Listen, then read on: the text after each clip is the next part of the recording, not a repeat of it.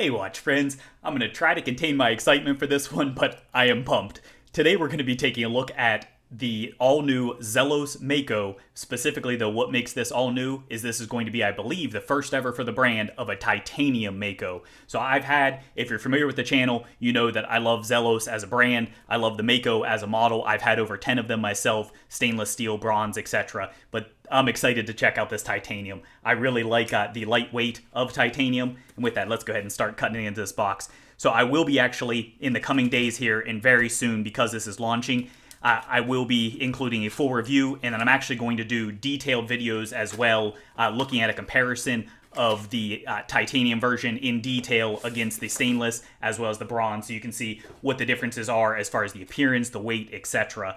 So do stay tuned for that. If you're not already, do encourage you to hit that subscribe button. We'll always have more new content coming. So first, we have the typical Zelos outer box here. You've got the nice slip cover. And this, if you haven't seen yet, this is the newer style box. These are the skinny ones. So they're long and slender as opposed to the other ones, which are a little shorter and a little taller overall. And then inside, what's really different with this is this will now have a travel case instead of the roll. So you flip that open, you've still got the magnetic closures here. And then inside, you've got this travel case. Let's go ahead and set that to the side. I just want to get into this thing. All right, so now that we have that over, let's go ahead and crack this open, get a first look. Here we go. Oh man, check that out. So we've got this strapped in here, and so we've got the warranty card. Take a look at that. So first, the pouch for this quick look. You've got four slots. You've got 2 pouches on the top, 4 straps. I'm gonna hurry up and go through this because I want to look at that watch. And then you got the warranty card that comes along with those as well. And I do want to mention this is a review sample that Zelos sent in. So do note that as we look through everything here. But as you can see, we're looking today at this one is a black meteorite. Let's peel that off. Oh man, this looks so sick in person. I was expecting this to be kind of like the swordfish black meteorite that I've had before, and I'll actually show this against a Hammerhead 3, or Hammerhead 2 rather, that I have with the black meteorite. This is a very different presentation though. This is more of like a charcoal, almost like a graphite color for this, as opposed to that, which I would say is more of like a gunmetal coloration. And then this, do note, unlike the V3 and V3.5 as well, where there were 2 versions that had the bezel insert as well as the dial that were a double meteorite, this titanium model came with a black ceramic dial. It's my understanding it is a bear to actually cut for the bezel inserts. So I don't know if we'll be seeing more of the double meteorite or not. So that might make those collector's items, which I do have some in the collection here. So that's pretty cool. But let's go ahead and get back to this watch. So really, the claims to fame with this one, as we've already said, this one is of course going to be a titanium version. So it has titanium for the bracelet, for the bezel, the case, etc. Obviously, the insert is going to be ceramic, as we just talked about there. The clasp on this is going to be stainless steel, and we'll look at all this in full detail. This one does have the newer style clasp, where you have the toolless micro adjust, so you can just pull that in and slide that in and out. So really nice upgrades and features there. This one, let's look. Yeah, so this clasp is going to have the newer style finishing as well. So instead of being the 2-tone where it has brush and kind of a bead blast or matte in there, this one's going to be full matte. And we'll look at this without all the wrapping and everything in the full review. For the case back, you're still going to have the Mako on, and I believe this is the V3.5 case back, so it should be smoother now than the original V3s. People complained a little bit about the sharpness for that. This does now have, oh, this is a first. This actually has a new style. Not only is this a first for the Mako of having these quick release spring bars here, but this is actually a new style. You can see the button heads on this are different if you're familiar with the other models. So that is all new to check out there.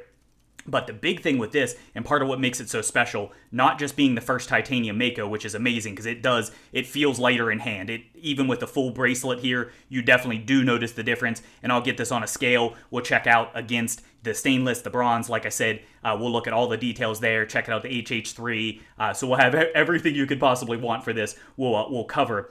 But what's cool about this, I believe a first for the brand, this titanium has actually been coated. So this, as is becoming popular and as a feature I absolutely love, people complain about the scratch resistance of titanium. This one has a coating on it, so it's been hardened to 1200 Vickers. So that's just fantastic. That is significantly above, typically I believe it's around 150, don't quote me on that, for standard stainless steel. The range varies on that 316L stainless, depending on how it's finished in the exact alloy. But nonetheless, the key takeaway, this is ceramic level hardness. So ceramic comes in right around 1200 Vickers. This actually now for the case, the bracelet, everything, you're not going to have the typical sensitivity for titanium of getting scratches in that oxidation. That'll actually all be covered. And we've looked at that in some RZE watches and other pieces as well.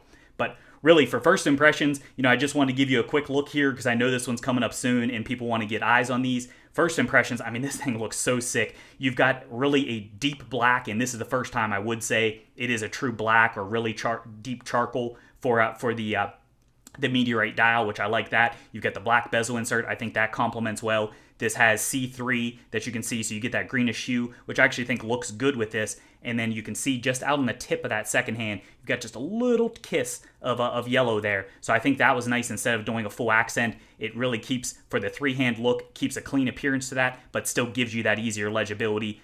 But this we'll look at loom shots and everything. C3 is going to be a primary loom, BGW on the second hand, and then BGW in the outer perimeter. So C3 on the bezel, in the main hands, and the markers there. But overall, as you can see, this is going to look pretty similar to a Mako overall as far as the stainless appearance would be. So each of the variations, you've seen the polish, the chamfer cut, the general case shape for it, the 4 o'clock for the crown, everything that you love about the Mako. And if you haven't yet tried a Mako, I can tell you it's one that most people are going to love. It's one that I know I personally do. It fits my 6.5-inch wrist great, and I think it will fit pretty much every other wrist well. Also, this is going to be coming in the same 40 millimeter roughly for the case, coming in under 13 millimeters for including that high dome sapphire crystal for that. But like I said, don't want to go too much into detail here. Just wanted to give you a first look and enjoy this together because this is one that I know I'm excited about, and I know many of you from the comments from the post on the Facebook group are excited to see more as well. So do definitely stay tuned. I hope this has been fun for you. I know I've enjoyed myself on this one, as I'm sure came across from talking a mile a minute and going through with my ramblings here. So thanks for checking this out. If you did enjoy this, please do hit that like button. And additionally, if you haven't done so already, please do hit that subscribe button. It helps out the channel tremendously. And finally, if you're looking to help out the channel further, there are Amazon affiliate links that'll be in the description for straps and different things. Anything you buy through there gets me a small commission and does help out the channel. And then finally, if you want to find me in another medium, you can find me on Instagram. Thanks for watching.